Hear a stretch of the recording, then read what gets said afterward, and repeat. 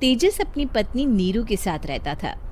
पति पत्नी दोनों ही नौकरी करते थे। एक दिन तेजस गांव अपनी माँ के पास फोन करता है। हेलो, प्रणाम माँ। जीते रहो माँ, तुम दादी बनने वाली हो हैं? अरे वाह, ठीक है बेटा, मैं कल ही आती हूँ। जब माँ जी शहर पहुंची तो बेटे बहू ने बहुत अच्छे से स्वागत किया। लीजिए माँ जी, चाय। अरे गर्मा गर्म पकोड़े ले आओ माँ के लिए।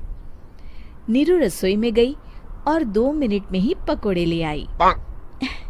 जी ये लीजिए। बहू, जादू से बनाए हैं क्या? अभी तो रसोई में गई थी। यम्मी। माँ जी, शीला रसोई में पकोड़े तल रही है, मैं बस लेकर आई। हे भगवान, मेरा धर्म भ्रष्ट कर दिया तूने। अब तो गंगा जल से शुद्धिकरण करना होगा। दूसरे दिन, माँ जी मैंने नाश्ता बना दिया है, ऑफिस जा रही हूँ। पर अभी तो घर का सारा काम पड़ा है। शीला आती ही होगी, झाड़ू पोछा बर्तन कपड़े वो सब कर लेगी। हमारे जमाने में घर का सारा काम हम ही करते थे। जी माँ जी, आप बहुत होशियार हैं, मैं घर ऑफिस दोनों नहीं संभाल पाती। तो जरूरत क्या है घर से बाहर जाकर चाकरी करने की? वैसे भी घर का काम खुद करने से घर में बरकत आती है, समझी? पर माँ जी। पर वर कुछ नहीं, इस महीने की पगार मिले फिर ऑफिस बंद है। हाँ। रात को नीरू तेजस से कहती है, सुनिए जी, माँ जी बोल रही थी कि मैं नौकरी छोड़ दूं। वैसे ठीक ही तो है, अभी तुम्हें आराम की जरूरत है। फिर भी आराम कहाँ, शीला को छुड़ाने के लिए बोल रही थी।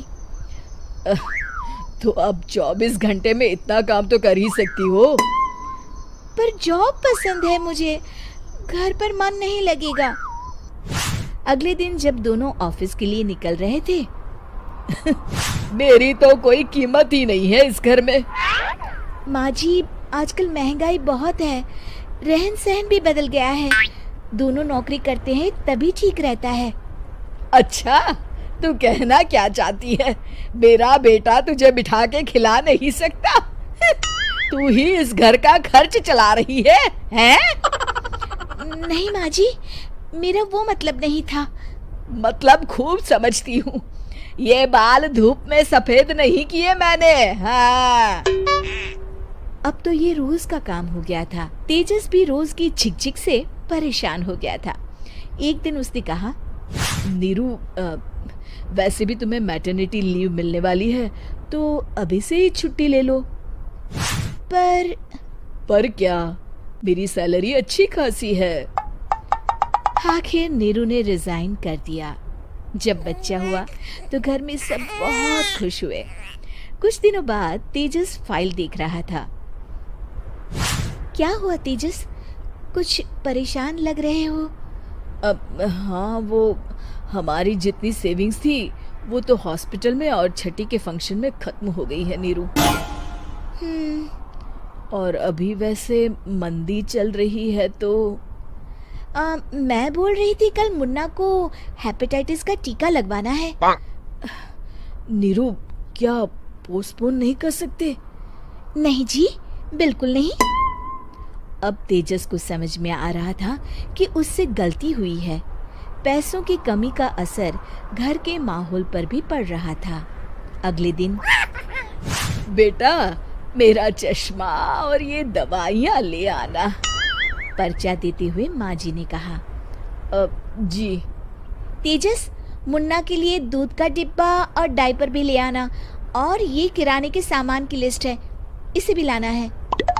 तेजस गुस्से में लिस्ट मरोड़कर फेंकता है और चिल्लाता है, पैसे क्या पेड़ पर उगते हैं? ये ले आना, वो ले आना। अरे पर ये जरूरत का सामान ही है। वो गुस्से में बिना कुछ कहे ऑफिस चला गया। अरे लंच तो ले जाइए। नीरू दौड़कर डिब्बा पकड़ाती है। एक दिन खाना खाने के बाद, नीरू, अब तो मुन्ना कुछ बड़ा हो गया, तो अब तुम वापस ज्वाइन कर लो ना जॉब। पर इस रिसेशन में जॉब मिलना बहुत मुश्किल है। ट्राई तो करो। फिर मुन्ना? माँ जी है ना, और एक फुल टाइम मेड भी लगा लेंगे। पर माँ जी, उन्हें तो पसंद नहीं। तभी माँ जी वहाँ आ जाती है और प्यार से नीरू के सर पर हाथ फेरते हुए बोलती है, अब मेरी समझ में आ गया बहू, पहले के और अब के समय में अंतर है। तुम काम शुरू करो, मुन्ना की जिम्मेदारी मेरी। मेरी प्यारी माँ जी। ये कहकर नीरू उनके गले लग गई। शिक्षा, परिवर्तन संसार का नियम है, हमें भी समय के साथ चलना चाहिए। उम्मीद है कि आपको हमारी ये कहानी पसंद आई होगी। कृपया हमारे चैनल को सब्सक्राइब करें और सभी अपडेट्स के लिए बेल आइकन जरूर क्लिक करें। और हाँ, वीडियो लाइक और शेयर करना मत भूलिएगा। Bye bye.